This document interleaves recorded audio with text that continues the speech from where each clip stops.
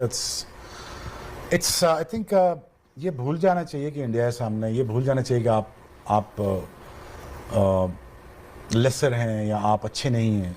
I think Santner के अंदर वो बिलीफ सिस्टम मुझे नज़र आया आज एज अ कैप्टन कि यार वो चाहता है कि मैं टाइटल जीत जाऊँ। I think but you have to do the right thing at the right times. At the same time I think you gonna have to bear the onslaught. जब रोहित शर्मा ऑनस्लॉट पे जाएगा वो आपको न्यूट्रलाइज करेगा, आपकी स्पिन बॉलिंग को, specially centre के attack करेगा वो। Let's presume that. I think वहाँ पे आपको संभालना, अपने कैरेक्टर को, अपनी टीम को संभालना है। आई थिंक देखें यार, इट्स अगर आप अभी पूछते हैं तो 70-30 है। अगर ऑड्स अगर आप देखते हैं तो India looks the far better side. सही, ठीक है, when it comes to batting and the spinners and comes to maturity, तो मुझे लगता है कि यार they are far better side. But if you bring a game to that day, on that day, and you think that yaar, now we thoroughly deserve that after 35 years or 40 years, यार हम कोई world cup नहीं जीते तो इसका ये मतलब नहीं है कि वो अच्छी टीम नहीं है। ठीक है तो जी अच्छा जी, तो ये जैसे आपने ऑब्वियसली टच अपॉन किया कि सेंटर के अंदर एक बिलीफ है। एक और चीज़ जो उनको निगेट करनी पड़ेगी वो है इंडिया का spin attack. I mean that's going to be the key battle here कि जी उनके पास 4 स्पिनर्स हैं, न्यूजीलैंड के पास बैट्समैन हैं जो बहुत अच्छे हैं, लेकिन वहाँ पे अभी तक जितने भी हमने मैचेस दुबई में देखे हैं, चाहे वो अक्षर पटेल हो गए, चाहे वो कुलदीप हो गए, चाहे वो वरुण हो गए, सब ने अपना रोल निभाया है and they have got breakthroughs at the right time. So how does New Zealand counter that or negate that aspect of India's bowling? देखें, जो हम भी क्रिकेट खेले हैं यूएई में, स्पेशली दुबई वाले वेन्यू पे, और जो इंडियन टीम खेली है, जो उनको सेपरेट करती है दूसरी टीम से, दूसरी टीम्स के बैटर से, वो ये करती है कि उनकी स्ट्राइक रोटेशन बहुत अच्छी है। वो स्ट्राइक रोटेशन जो है ना, वो बहुत बड़ा जो है वो रोल है वहाँ पे, टारगेट को अच्छी जगह पे लेके जाना। If you batting first and if you chasing, वो और ज़्यादा इंपॉर्टेंट हो जाता है। जो भी न्यूजीलैंड का batter, if whoever gets into 30s 40s, वो उसकी कोशिश ये होनी चाहिए कि वो उसको 80s में लेके जाए, 90s में लेके जाए, और अगर अच्छा खेले तो 100 में लेके जाए। वो ये उसकी रिस्पॉन्सिबिलिटी हो गए। वो आप डिफाइन नहीं करेंगे किसी भी बैटर को आपके पहले से 6 तक। हुएवर गेट्स इनटू 30s और 40s, उसकी रिस्पॉन्सिबिलिटी होनी चाहिए कि वो 80s और 90s या 100 तक वो लेके जाए, क्योंकि वहाँ पे आपको टोटल तो एक 237 हुआ, 240 हुआ, 260 समथिंग हुआ, फिर इंडिया ने भी चेज किया, तो वहाँ पे वो जो मार्जिन आ रहा है वो यही आ रहा है। जो चेज भी हो रहा है वो तकरीबन थोड़े से ओवर रह जाते हैं, तो उसमें से चेज हो रहा है। तो वो जो पार स्कोर है वो वही बैटर्स आपको करके दे सकते हैं कि जो सेट हो गए हैं उन कंडीशंस में, उनका काम है कि bat through and bat deep, ताकि वो चांस मिले नीचे वालों को, वो एक्सप्लॉइट कर सकें। तो मेरे ख्याल में न्यूजीलैंड के लिए बहुत इंपॉर्टेंट है, whoever gets in, make sure scores big। वो कहते हैं ना कि is treated as just another game, but ऐसा होता नहीं है, अदरवाइज साउथ अफ्रीका सारे जीत जाता मैच। लेकिन कहीं ऐसा फील होता है कि जो भी टीम जा रही है दुबई, एक चीज़ लेके जा रही है माइंड में कि जी उनके पास एडवांटेज है होम का। अगर इसको एरेज कर दे, स्किल दोनों टीम के पास है, दोनों बेस्ट फील्डिंग साइड्स हैं, दोनों के पास बॉलर बैटर सब कुछ है। I think it's about what you take here on the day.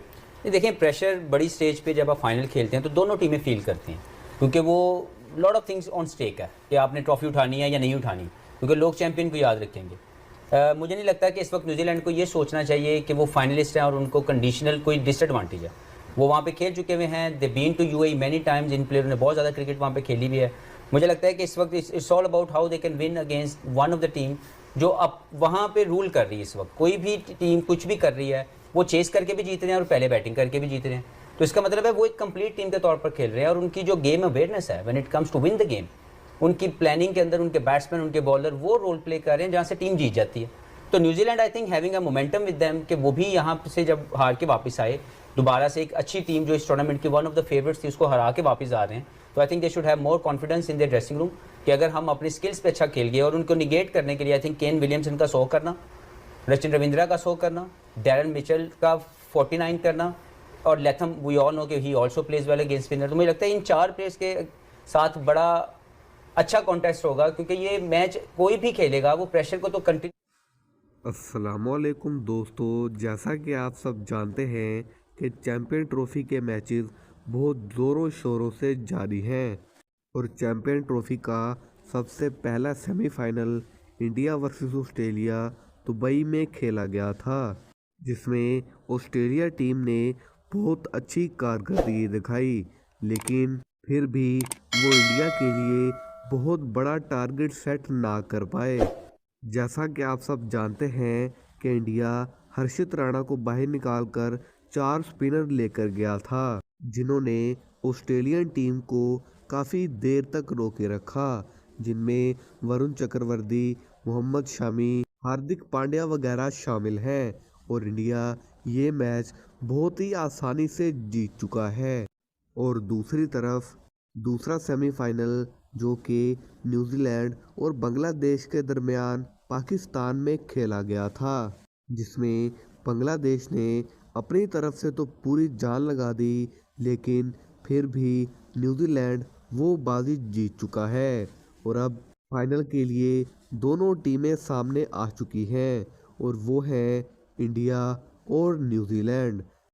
Hindustan में एक खुशी की लहर दौड़ चुकी है कि ये चैंपियन ट्रॉफी तो अब हम ही जीतेंगे, क्योंकि इंडिया और न्यूजीलैंड का आमना सामना पहले भी हो चुका है, जिसमें न्यूजीलैंड ने इंडिया को रोकने की कोशिश तो बहुत की, लेकिन श्रेयस अय्यर, विराट कोहली और दूसरे प्लेयर्स ने उन्हें बहुत बुरी तरह से धूल चटाई है। और जैसा कि आप सब जानते हैं कि पाकिस्तान के मैच से लेकर अब तक विराट कोहली की परफॉर्मेंस काफ़ी अच्छी रही है, और इस सेमीफाइनल में भी विराट कोहली ने 84 रन स्कोर करके इंडिया को जीत के और भी ज़्यादा करीब कर दिया है।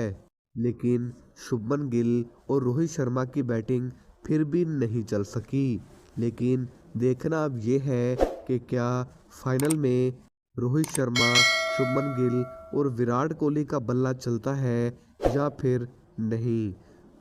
चैंपियन ट्रॉफी फाइनल का मुकाबला अब पाकिस्तान में नहीं खेला जाएगा, क्योंकि एक तरफ से इंडिया ये जीत चुका है, इसी तरह से अब चैंपियन ट्रॉफी का फाइनल दुबई में खेला जाएगा, वो भी 9 तारीख को संडे के दिन।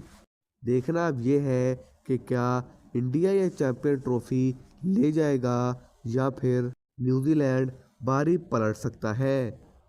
क्रिकेट के रिलेटेड लेटेस्ट अपडेट जानने के लिए हमारे साथ जुड़े रहिए, चैनल को सब्सक्राइब कर दीजिए ताकि आने वाली सबसे पहले वीडियो आप तक पहुंच सके। आई थिंक ये भूल जाना चाहिए कि इंडिया के सामने, ये भूल जाना चाहिए कि आप लेसर हैं या आप अच्छे नहीं हैं।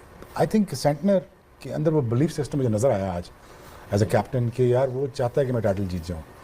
आई think but you have to do the right thing at the right times. At the same time I think you can have to bear the onslaught. जब रोहित शर्मा ऑनस्लॉट पे जाएगा वो आपको न्यूट्रलाइज करेगा, आपकी स्पिन बॉलिंग को, स्पेशली सेंटर के attack करेगा वो। Let's presume that.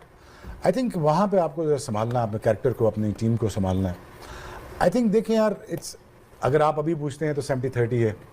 अगर ऑड्स अगर आप देखते हैं